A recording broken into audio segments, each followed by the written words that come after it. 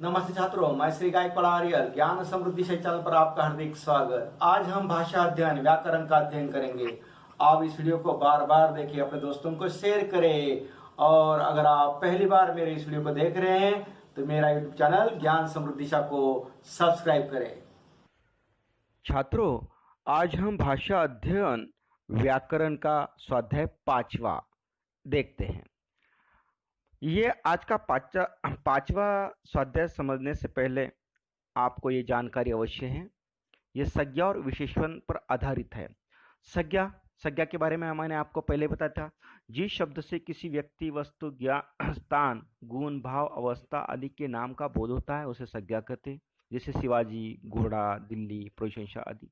संज्ञा के 5 भेद होते हैं: व्यक्तिवाचक संज्ञा, जातिवाचक संज्ञा, भाववाचक संज्ञा, द्रव्यवाचक संज्ञा और समूहवाचक संज्ञा। व्यक्तिवाचक संज्ञा में किसी विशेष प्राणी, स्थान या वस्तु के नाम को व्यक्तिवाचक संज्ञा कहते हैं, जैसे भारती, महाभारत, ताजमहल आदि। जातिवाचक संज्ञा जो संज्ञा शब्द किसी प्राणी, स्थान या वस्तु की पूरी जाति का बोध कराता है उसे जातिवाचक संज्ञा कहते हैं, जैसे जानवर, लड़की, पुस्तक, गाय, बाघ आदि। भाववाचक संज्ञा किसी भाव, गुण, अवस्था या दशा का बोध कराने वाले शब्दों को भाववाचक संज्ञा कहते हैं, जैसे आनंद, साहस, बचपन, सजावट आदि। द्रव्यवाचक संज्ञा पदार्थवाचक संज्ञा किसी धातु, द्रव्य या पदार्थ के नाम को द्रव्यवाचक संज्ञा या पदार्थवाचक संज्ञा कहते हैं, जैसे घी, चावल, दूध, ज्वार, बाजरा, लोहा, सोना, चांदी आदि। समूहवाचक संज्ञा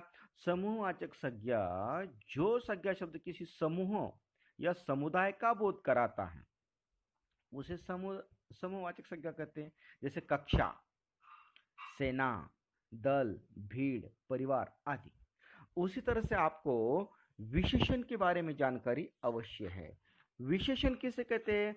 जो शब्द संज्ञा सर्वनाम शब्दों की विशेषता अर्थात उनके गुण, दोष, रूप, आकार, संख्या आदि का बोध कराते हैं उन्हें विशेषण कहते हैं।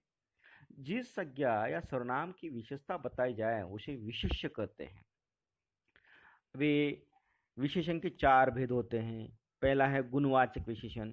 जो शब्द संज्ञा सर्वनाम के गुण, दोष, रंग, रूप आदि का बोध कराते हैं उन्हें गुणवाचक विशेषण कहते हैं, जैसे अच्छा, बुरा, मोटा, पतला, ऊंचा आदि। जैसे झील में सुंदर फूल खिले हैं, सुंदर ये क्या है? गुण है। राम बहुत वीर थे, वीर ये क्या है? गुण है। उसी तरह से दूसरा भेद है संख्यावाचक विशेषण। जो शब्द संज्ञा सर्वनाम की संख्या का बोध कराते हैं उन्हें संख्यावाचक विशेषण कहते हैं, जैसे 2 लड़के पास से, जैसे मनु को एक रसगुल्ला दे दो, टोकरी में कितने सेब हैं, ये क्या है? संख्यावाचक विशेषण है। अब इस संख्यावाचक विशेषण के भी 2 भेद होते हैं। निश्चित संख्यावाचक विशेषण। जो शब्द संज्ञा या सर्वनाम की निश्चित संख्या का बोध कराते हैं उन्हें निश्चित संख्यावाचक विशेषण कहते हैं, जैसे 3 घोड़े, कितने घोड़े? 3, ये निश्चित संख्या है। 10 दिशाएं, कितनी दिशाएं? 10 दिशाएं निश्चित है। चाचा जी केवल 15 मिनट हमारे साथ रहेंगे, 15 मिनट एक निश्चित संख्या है। मेरी कक्षा के 5 लड़के जिला स्तर की खेल प्रतियोगिता के लिए चुने गए, 5 लड़के निश्चित संख्या है। उसी तरह से संख्यावाचक में दूसरा भेद कौन सा है? अनिश्चित संख्यावाचक विशेषण। जो शब्द संज्ञा या सर्वनाम की अनिश्चित संख्या का बोध कराते हैं उन्हें अनिश्चित संख्यावाचक विशेषण कहते हैं। जैसे कुछ बच्चे, उनकी संख्या निश्चित यहाँ पर दिया नहीं है। अनेक नगरों की निश्चित संख्या दी नहीं, इसलिए अनिश्चित है। जैसे वहां सभी बच्चे आकर खेलने लगे, कितने बच्चे खेलने लगे? पता नहीं, सभी बच्चे। भूकंप में सैकड़ों लोग मारे गए, कितने? सैकड़ों। निश्चित आंकड़ा नहीं है, निश्चित तादाद संख्या नहीं है। तीसरा भेद है परिणामवाचक विशेषण। जो शब्द संज्ञा सर्वनाम की मात्रा, नाप तोल का बोध कराते हैं उन्हें परिणामवाचक विशेषण कहते हैं, जैसे 2 लीटर तेल, ये परिणामवाचक विशेषण है। 4 किलो गेहूं, ये परिणामवाचक विशेषण है। जैसे आपके दूध में कितना शहद डालूं, कितना, ये गिनने के लिए शब्द इस्तेमाल है ना, इसलिए। डिब्बे में 4 किलो गेहूं है, कितना? ये अनिश्चित है, 4 किलो ये निश्चित है। परिणामवाचक विशेषण के भी 2 भेद होते हैं। निश्चित परिणामवाचक विशेषण। जो शब्द संज्ञा या सर्वनाम की निश्चित मात्रा का बोध कराते हैं उन्हें निश्चित परिणामवाचक विशेषण कहते हैं। जैसे 10 किलो गेहूं, 10 किलो चावल, 2 लीटर दूध, परिणामवाचक विशेषण के। बाजार से 2 लीटर कपड़ा लाओ, 2 मीटर, सॉरी 2 लीटर नहीं, 2 मीटर कपड़ा लाओ, ये निश्चित कितना लाना है। डिब्बे में 5 किलो चीनी भर दो, कितनी, 5 किलो। अब उसी तरह से परिणामवाचक का दूसरा भेद कौन सा है, अनिश्चित परिणामवाचक विशेषण। जो शब्द संज्ञा या सर्वनाम की अनिश्चित मात्रा का बोध कराते हैं उन्हें अनिश्चित परिणामवाचक विशेषण कहते हैं। जैसे थोड़े चावल, कितने चावल, थोड़े चावल, कितने हैं पता नहीं, अनिश्चित संख्या है। बहुत नमक, कितना नमक पता नहीं, बहुत। चाय में कम चीनी लेनी चाहिए, कम, कितनी, निश्चित नहीं है, कम, बस इतना है। भोजन में थोड़ा तेल आवश्यक है, कितना, थोड़ा, निश्चित नहीं है।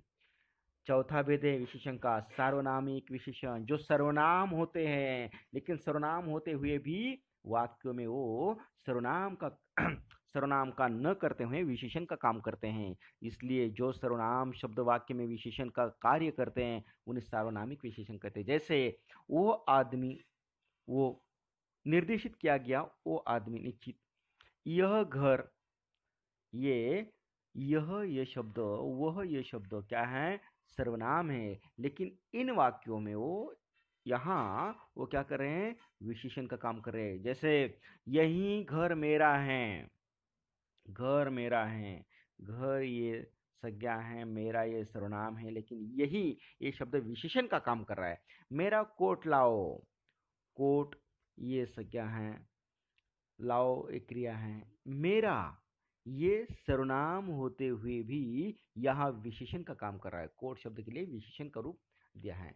विशेषण शब्दों की रचना बहुत सारी यहाँ पर दी गई है। छात्रों, हमें यहाँ कृति क्रमांक पहली इसमें अ ब क दी हुई है। तो अकृति में कोष्टक में दी गई संज्ञाओं से विशेषण संलग्न है। जो कोष्टक में संज्ञा दी हैं उसके साथ विशेषण भी है। नीचे एक तख्ता दिया है, मतलब सारणी में संज्ञा तथा मतलब और विशेषणों को भेदों सहित लिखिए। कौन से शब्द दिए आपको, भयभीत गाय, भयभीत गाय में भयभीत ये जो शब्द है वो विशेषण है, गाय जो है वो संज्ञा है। तो आपको भयभीत 4 विशेषण के जो भेद है उसमें से कौन सा है वो पहचानना है। गाय संज्ञा के 5 भेद है, तो संज्ञा के कौन से भेद में वो गाय शब्द आता है। नीला पानी, नीला विशेषण है, पानी संज्ञा है। 10 लीटर दूध, दूध ये संज्ञा है, 10 लीटर ये विशेषण है।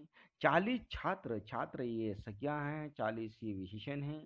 कुछ लोग, कुछ ये विशेषण है, लोग ये संज्ञा है। 2 गज जमीन, जमीन ये संज्ञा है, 2 गज ये विशेषण है। वही पानी, पानी ये विशेषण है, वही ये विशेषण, पानी ये संज्ञा है, पानी ये संज्ञा है और वही ये विशेषण है। यह लड़का, लड़का ये संज्ञा है और ये जो शब्द है ये क्या है, विशेषण का काम कर रहा है। देखिए आपको पाठ्य पुस्तक पृष्ठ क्रमांक 23 पर भाषा बिंदु में ये बताया गया है, पूछा गया है, तो आपको यहाँ पर उत्तर के रूप में बताया है।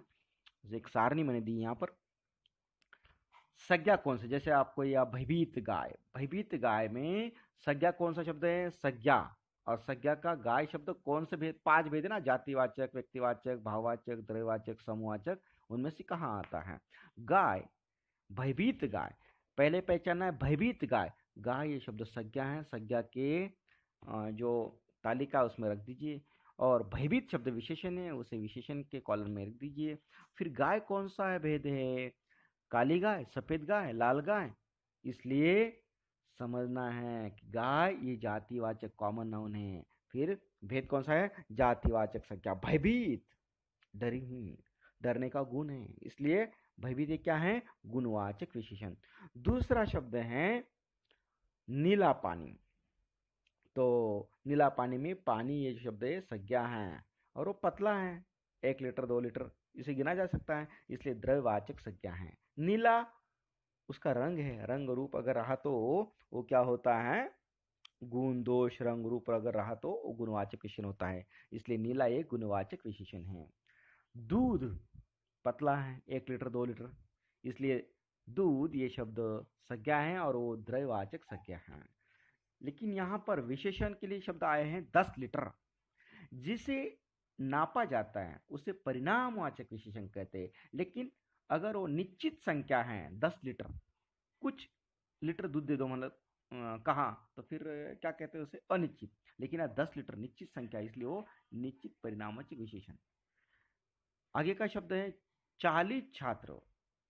छात्र ये जातिवाचक संज्ञा है। मेडिकल के छात्र, इंजीनियर के छात्र, डीएड के छात्र, बीएड के छात्र, 10वीं के छात्र, 11वीं के छात्र, कौन छात्र, इसलिए छात्र एक कॉमन नाउन है, मतलब ये जातिवाचक संख्या है छात्र शब्द। और 40 ये निश्चित संख्या है, जिसे गिना जाता है उसे कहते हैं निश्चित परिणामवाचक संख्या या परिणामवाचक विशेषण। लोग, कुछ कुछ लोग अकेला आदमी है तो उसे लोग नहीं कह सकते। यहाँ लोग बहुत सारे का मिलकर लोग कहा जाता है। यह समूहवाचक संज्ञा है। समूहवाचक संज्ञा का सीधा सा मतलब यही होता है क्या कि जो संज्ञा शब्द किसी समूह या समुदाय का बोध कराते हैं उन्हें समूहवाचक संज्ञा कहते हैं। तो यहाँ जो लोग है वो समूहवाचक संज्ञा है। लेकिन कुछ लोग संख्या निश्चित नहीं है, इसलिए वो परिणामवाचक है। लेकिन कौन सा है? अनिश्चित संख्यावाचक विशेषण। उसी तरह से 2 गज जमीन, 2 गज जमीन, जमीन ये संज्ञा है। लेकिन कौन जमीन? उपराऊ जमीन, उर्वरा जमीन, जो बागायत जमीन कहते हैं हम उसे, वो जमीन कौन सी? अच्छी फसल देने वाली जमीन। इसलिए जमीन शब्द एक कॉमन नाउन है, कॉमन नाउन मतलब जातिवाचक संज्ञा। लेकिन 2 गज निश्चित परिणामवाचक विशेषण। यहाँ पानी, पानी ये द्रव्यवाचक संज्ञा है। वही पानी, वही शब्द जो है ना वो पानी के लिए निर्देशित करने वाला सर्वनाम है। लेकिन सर्वनाम होते हुए यहाँ उसने विशेषण का काम किया, इसलिए वो वही शब्द जो है वो सार्वनामिक विशेषण है। लड़का जातिवाचक संज्ञा। कौन सा लड़का? बहुत सारे लड़के होते हैं, इसलिए किसी का निश्चित नाम नहीं, इसलिए वो जातिवाचक संज्ञा है। और यह लड़का, यह शब्द सर्वनाम है। लेकिन सर्वनाम होते हुए भी यहाँ पर वो विशेषण का काम करे ना, इसलिए यहाँ यह जो शब्द है वो सार्वनामिक विशेषण है। कृति ब, उपर्युक्त संज्ञा विशेषणों की जोड़ियां स्वतंत्र वाक्यों में प्रयोग कीजिए। जो आपको ऊपर शब्द दिए हुए हैं उनको आपको वाक्यों में प्रयोग करना है। जैसे दीनानाथ ने भयभीत गाय की पीठ पर हाथ फेर उसे शांत कराया। दूसरा वाक्य है नीला पानी के लिए, गोवा बीच पर दूर दूर तक नीला पानी फैला दिखाई देता है। तीसरा वाक्य 10 लीटर दूध, खीर के लिए 10 लीटर दूध भी कम पड़ गया। चौथा वाक्य है कुल कुल 40 छात्र, एक कक्षा में कुल 40 छात्र हैं। पांचवा वाक्य कुछ लोग बहती गंगा में हाथ धो लेते हैं, कुछ लोग। छठा वाक्य रामावतार ने 2 गज जमीन की लड़ाई में अपना सब कुछ गवा दिया। 2 गज जमीन। हमें वही पानी पीना चाहिए जो शुद्ध हो, वही पानी। यह लड़का हमारे विद्यालय की शान है, यह लड़का। कृति क, पाठ में प्रयुक्त विशेषणों को ढूंढकर उनकी सूची बनाइए। छात्रों, आपको जो पाठ है वो पाठ को पढ़िए, उसमें कौन कौन शब्द विशेषण है वो ढूंढना है। जैसे गुणवाचक विशेषण कौन से है, आप अगर पाठ को पढ़ेंगे उसमें ढूंढेंगे तो तरंगायित ये विशेषण है। छोटा, पतली, शीतल, प्रसन्न, अच्छा, तरोताजा, दक्षिण, औपचारिक, उत्तर, बड़ी, इन शब्दों ने उस पाठ में विशेषण का काम किया है। समुद्री, तीखी, खूबसूरत, सफेद, रेतीली, महंगे, खास, अच्छी, शांत, नया, असंभव, मजेदार, तेज, बेचारे, छोटे बड़े, लंबी सी, मनोरम, नीला, काले, उथला, पहली, गहरा, काफी, स्थानीय, हैरत अंगेज, अधिक, ऊंचाई, अथाह, विस्मयकारी, भयावह, खुश, अद्भुत। ये गुणवाचक विशेषण थे। दूसरे कुछ विशेषण आए हैं वो परिणामवाचक विशेषण है, जिसे मापा जाता है, गिना जाता है, उसे कहते हैं परिणामवाचक विशेषण। तो कौन से हैं? 2 भागों में, 5 किलोमीटर, 1 किलोमीटर, 3 से 4 किलोमीटर, ये निश्चित परिणामवाचक विशेषण है। अनिश्चित परिणामवाचक विशेषण कुछ, काफी, ये शब्द आए हुए हैं। निश्चित संख्यावाचक विशेषण 1, 4, 6, ये निश्चित संख्यावाचक। अनिश्चित संख्यावाचक कई। सार्वनामिक विशेषण कौन से हैं? यह, इन। छात्रों, कृति क्रमांक नंबर 2, निम्नलिखित वाक्यों में से अव्यय शब्द ढूंढकर भेद सहित लिखना है। जैसे पहला वाक्य, एक टैक्सी के हॉर्न ने मेरा ध्यान खींचा और हम फटाफट उसमें बैठ गए। अव्यय के कितने भेद हैं? 4 भेद हैं। क्रिया विशेषण अव्यय, संबंध सूचक अव्यय, समुच्चय बोधक अव्यय, विस्मयादि बोधक अव्यय। जो अव्यय शब्द स्थान, काल, परिणाम और रीति का बोध कराते हैं वो क्रिया विशेषण अव्यय होते हैं। जो अव्यय शब्द दो संज्ञा या सर्वनामों का एक दूसरे से संबंध दिखाते हैं उन्हें संबंध सूचक अव्यय कहते हैं। और जो शब्द दो वाक्यों को, दो घटनाओं को, दो व्यक्तियों को जोड़ते हैं, दो शब्दों को जोड़ते हैं, एक जगह लाते हैं, समूह करते हैं उनका, उसे समूहवाचक संज्ञा कहते हैं। और जो शब्द हर्ष, दुख, घृणा से अपने आप मुंह से बाहर निकल आता है, फिर वाक्य बाहर आता है, उन्हें कहते हैं विस्मयादि बोधक अव्यय। तो यहाँ शब्द यहाँ है, टैक्सी का हॉर्न ने मेरा ध्यान खींचा और हम फटाफट उसमें से बैठ गए। ऐसा शब्द होता है वे जो लिंग वचन कारक की वजह से उसमें बदलाव नहीं आता, तो ऐसा शब्द है और शब्द दो वाक्यों को यहाँ पर जोड़ने का काम करता है, इसलिए और शब्द ये समुच्चय बोधक अव्यय हैं। दूसरा है फटाफट। फटाफट जो शब्द है वो क्रिया बताता है ना, जो गति है वो बताता है, इसलिए रीति पद्धति बताता है ना, इसलिए वो शब्द क्या है? क्रिया विशेषण अव्यय। दूसरा वाक्य है, यहाँ बैठे कुत्तों को इसी बात का इंतजार रहता है। यहाँ, ये स्थान निर्दिष्ट है, स्थान निर्दिष्ट करने वाला शब्द क्रिया विशेषण अव्यय होता है। अब समुद्र शाह और भयावह दिखने लगा। अब ये शब्द वक्त, समय बताता है, और वक्त और समय बताने वाला जो अव्यय शब्द होता है वो क्रिया विशेषण अव्यय होता है। उससे और अभी मैंने पहले बता दिया, और शब्द ये क्या होता है? दो व्यक्तियों को, दो घटनाओं को, दो वाक्यों को एक जगह लाने वाला या उनको जोड़ करने वाला या समूह करने वाला होता है, इसलिए वो समूहवाचक या समुच्चय बोधक अव्यय होता है। समुच्चय बोधक अव्यय, समूहवाचक नहीं, समुच्चय बोधक। बच्चों के कारण बच्चों और हमने ये दोनों क्या हैं? संज्ञा, सर्वनाम के बारे में सोचिए। अरे दोनों का संबंध किसने बताया? के कारण, ही शब्द नहीं, इसलिए के कारण जो शब्द है क्या है? संबंध बोधक अव्यय हैं। बच्चों के कारण हमने बस से जाना मुनासिब समझा। छात्रों, कृति है तीसरी, वाक्यों का सूचना के अनुसार काल परिवर्तन कीजिए। पहला वाक्य है, मैं भी अपने परिवार के साथ इंदौर से गोवा जा पहुंचा, और आपको करना है अपूर्ण भूतकाल।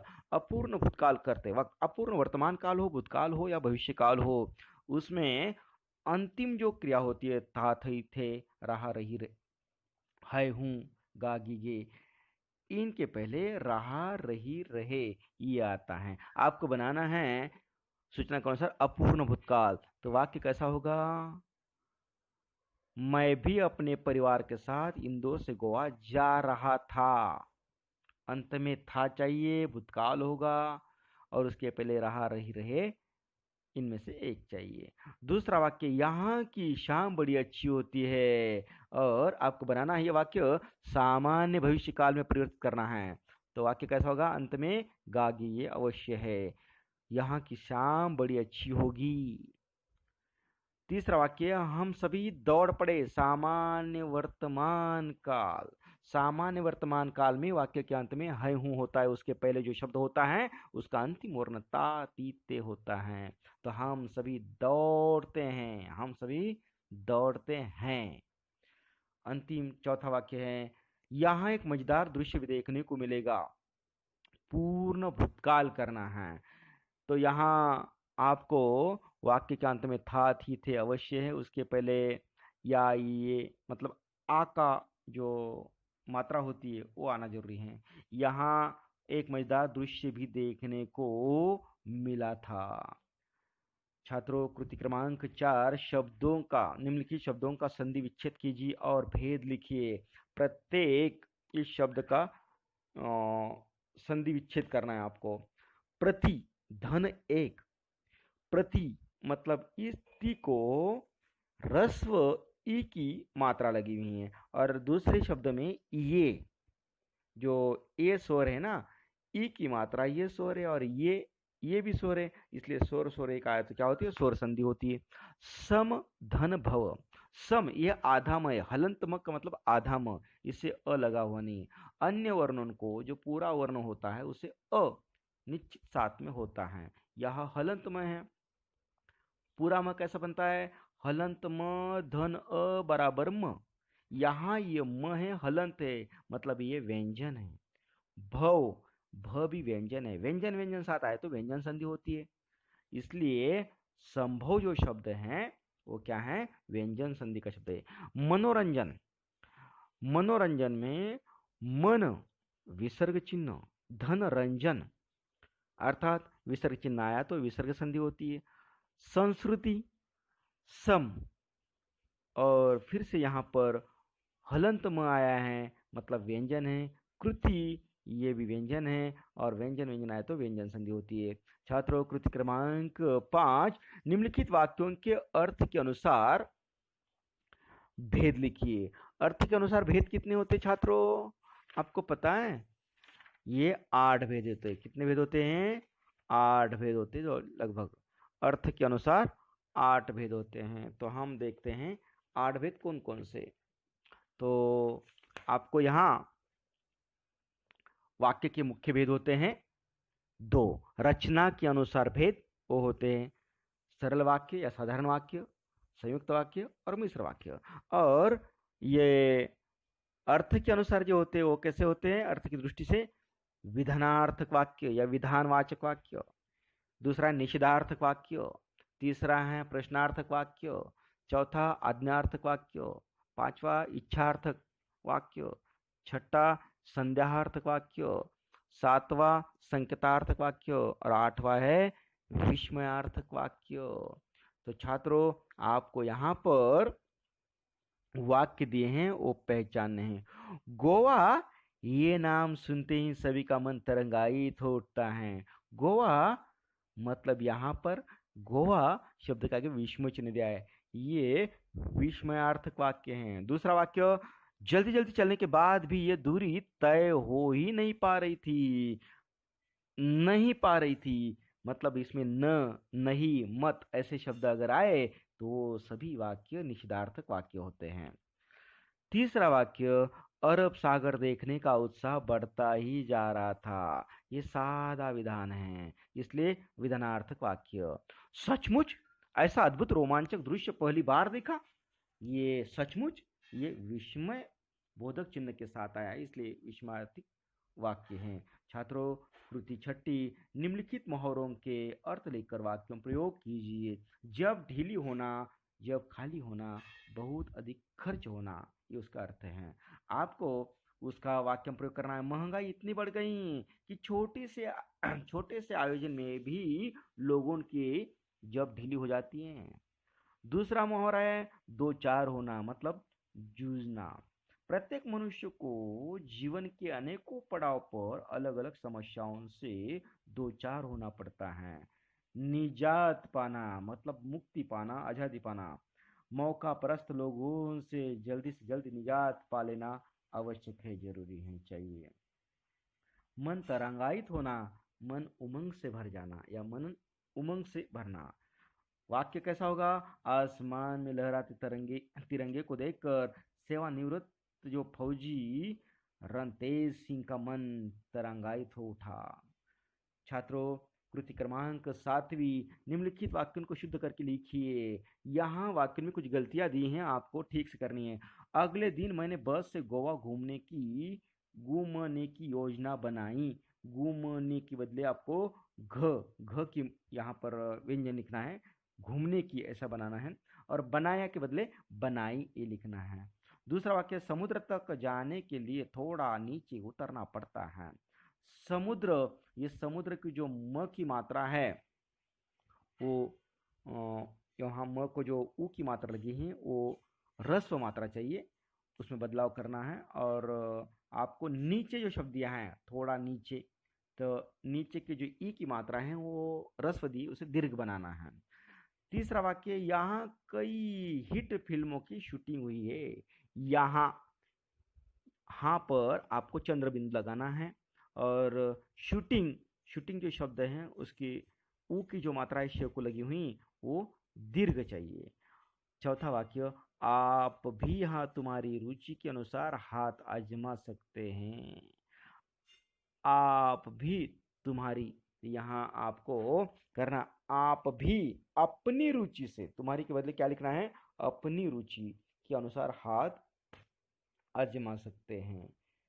छात्रों, कृति क्रमांक 8वीं, वाक्यों में आई हुई सहायक क्रियाओं को अधोरेखित कीजिए तथा उनका अर्थपूर्ण वाक्य में प्रयोग कीजिए। यहाँ आपको एक वाक्य दिया है, वो सहायक क्रियाएं हैं, लेकिन आपको वही वाक्य को, वही सहायक क्रिया को पकड़ना है, लेना है और दूसरा वाक्य निर्माण करना है।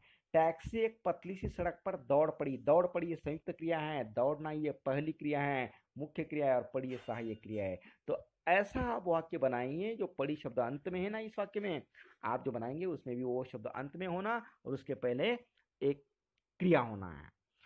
जैसे रमा पलंग से गिर पड़ी, गिरना ये भी क्रिया है और पड़ी ये भी क्रिया है। गिरना ये मुख्य क्रिया है, पड़ी ये सहायक क्रिया है। दूसरा वाक्य है, शरीर को कुछ समय के लिए विश्राम मिल जाता है।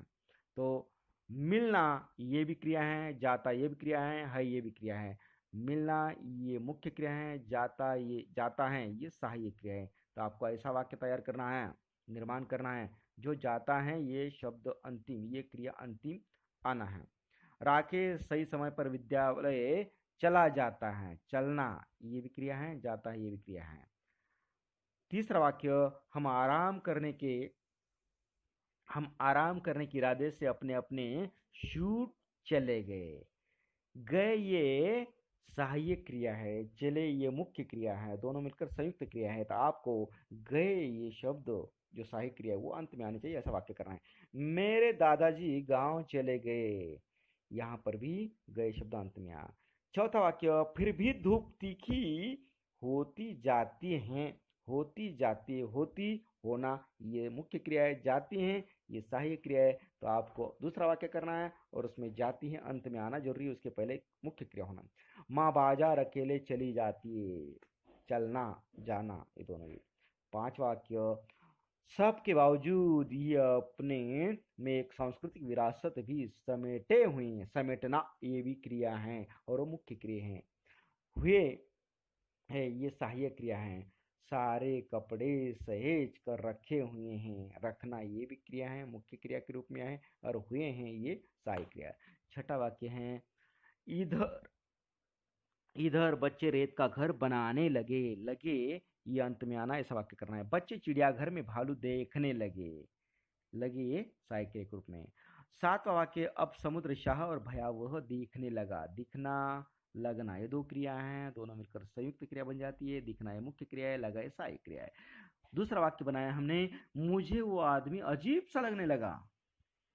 लगने लगा, लगना ये भी सहायक, ये भी मुख्य क्रिया है, और लगा ये भी सहायक क्रिया है, दोनों भी शब्द क्रिया है। आठवां वाक्य, यहाँ सुबह सुबह बड़ी मात्रा में मछलियां पकड़ी जाती हैं। पकड़ना ये मुख्य क्रिया है, जाती हैं ये सहायक क्रिया है। आपको ऐसा वाक्य बनाना है, जाती है अंत में आना है, सहायक क्रिया के रूप में आना है। महिलाएं निश्चित समय पर कार्यालय पहुंच जाती। पहुंचना ये मुख्य क्रिया, जाती है ये सहायक क्रिया। पहुंच जाती है संयुक्त क्रिया। ब पाठ में प्रयुक्त 10 सहायक क्रियाएं छाट कर लिखिए। छात्रों, ऐसे वाक्य हैं जिन वाक्यों में दो क्रियाएं आई हैं और जो अंत में आई हैं वो सहायक क्रियाएं, तो आपको निकालना है। पहला है गए, जाता, रहती, गई, पड़े, रहा, लगा, गया, हुआ, हुए आदि ये शब्द आए हुए हैं, सहायक क्रियाएं हुई। कृति 9वीं, निम्नलिखित क्रियाओं के प्रथम तथा द्वितीय प्रेरणार्थक क्रिया रूप लिखिए। छात्रों, मैंने बताया था अगर वो क्रिया होती है तो उसे क्रिया कहते हैं। क्रिया कोई अगर करता है तो प्रथम प्रेरणार्थक होती है, कोई क्रिया करवाता है तो द्वितीय प्रेरणार्थक क्रिया होती है। यहाँ उतरना, अपने आप उतर रहे तो उतरना ही क्रिया है, लेकिन उतारना, किसी के सहारे उतारना, ये क्या हो गई? प्रथम प्रेरणार्थक क्रिया। लेकिन किसी से उतरवाना तो वो हो गई द्वितीय प्रेरणार्थक क्रिया। उतरना, उतारना, उतरवाना। दूसरा है करना, कराना, करवाना। छात्रों, कृति क्रमांक 10, निम्नलिखित वाक्यों में प्रयुक्त कारक पहचान कर लिखने हैं। कारक के भेद कितने हैं आपको पता है? कारक के भेद हैं 8। कौन कौन से है वो भेद? कर्ता कारक, कर्ता कारक क्रिया, कार्य करने वाला। कर्म कारक, जिस पर क्रिया का प्रभाव पड़ता है वो। करण कारक, जिसकी सहायता से क्रिया कार्य होता है वो साधन। संप्रदान कारक, जिसके लिए क्रिया की जाती है वो। अपादान कारक, जिससे किसी वस्तु के दूर हटने या अलग हो जाने का बोध होता है। संबंध कारक, जिससे संज्ञा का किसी अन्य संज्ञा से संबंध प्रकट होता है। और अधिकरण कारक, जिस शब्द से क्रिया के आधार का बोध होता है उसे कहते हैं अधिकरण। संबोधन, जिस शब्द से किसी को पुकारा जाता है उसे कहते हैं संबोधन कारक। आपको यहाँ पर छात्रों जो कारक दिए हैं वाक्यों में, यह नदी वर्ष भर पानी से भरी रहती है। पानी से, किससे भरती हैं? पानी से, इसलिए वो क्या है? करण कारक। करण कारक क्या होता है? जिसकी सहायता से क्रिया हो जाती है, पानी की सहायता से भरी जाती है ना, इसलिए वो क्या है? वो करण कारक है। दूसरा वाक्य, गोवा खास जीवन शैली के लिए जाना जाता है। के लिए, ये संप्रदान कारक। फिर अगला वाक्य, शाम गहराने पर हम किनारे पर बैठ गए। अधिकरण पर, ये शब्द जो है अधिकरण कारक। वहां काई ने अपना घर बना लिया है। काई ने मतलब उसे हम मराठी में सेवाड़ कहते हैं, सेवाड़। तो ये कर्ता के रूप में है, घर कराने वाला काई है, इसलिए ने कर्ता कारक है। छात्रों, यहाँ अंतिम कृति है, निम्नलिखित वाक्यों में उचित विराम चिन्हों का प्रयोग कीजिए। अगले दिन हमने बस से गोवा घूमने की योजना बनाई। आपको यहाँ खाली से पूर्ण विराम देना है। दूसरा वाक्य, इसके एक और लंबी सी पहाड़ी है। इसकी एक और लंबी सी, इसमें आपको संयोग चिन्ह लगाना है। तीसरा वाक्य, मैंने कई खेलों में हिस्सा लिया, अल्प विराम, लेकिन सबसे अधिक रोमांच पैराग्लाइडिंग में ही आया। यहाँ खाली आपको लिया के बाद में अल्प विराम लगाना है। सबकी अपनी सांस्कृतिक परंपरा है, सबकी अपनी अपनी परंपरा, अपनी के ये दो शब्दों के बीच में आपको संयोग चिन्ह लगाना है। छात्रों, यहाँ पर ये स्वाध्याय क्रमांक 5वां समाप्त होता है। आप ये वीडियो बार बार देखें, व्याकरण को ठीक से समझ ले। और हाँ, ये वीडियो अगर आपको पसंद आता है तो इसे लाइक करें और अपने दोस्तों को शेयर करें। और हाँ छात्रों, अगर आप मेरा वीडियो पहली बार देख रहे हो तो आगे की वीडियो देखने के लिए मेरा यूट्यूब चैनल ज्ञान समृद्धि दिशा, इसे अवश्य सब्सक्राइब करें। धन्यवाद।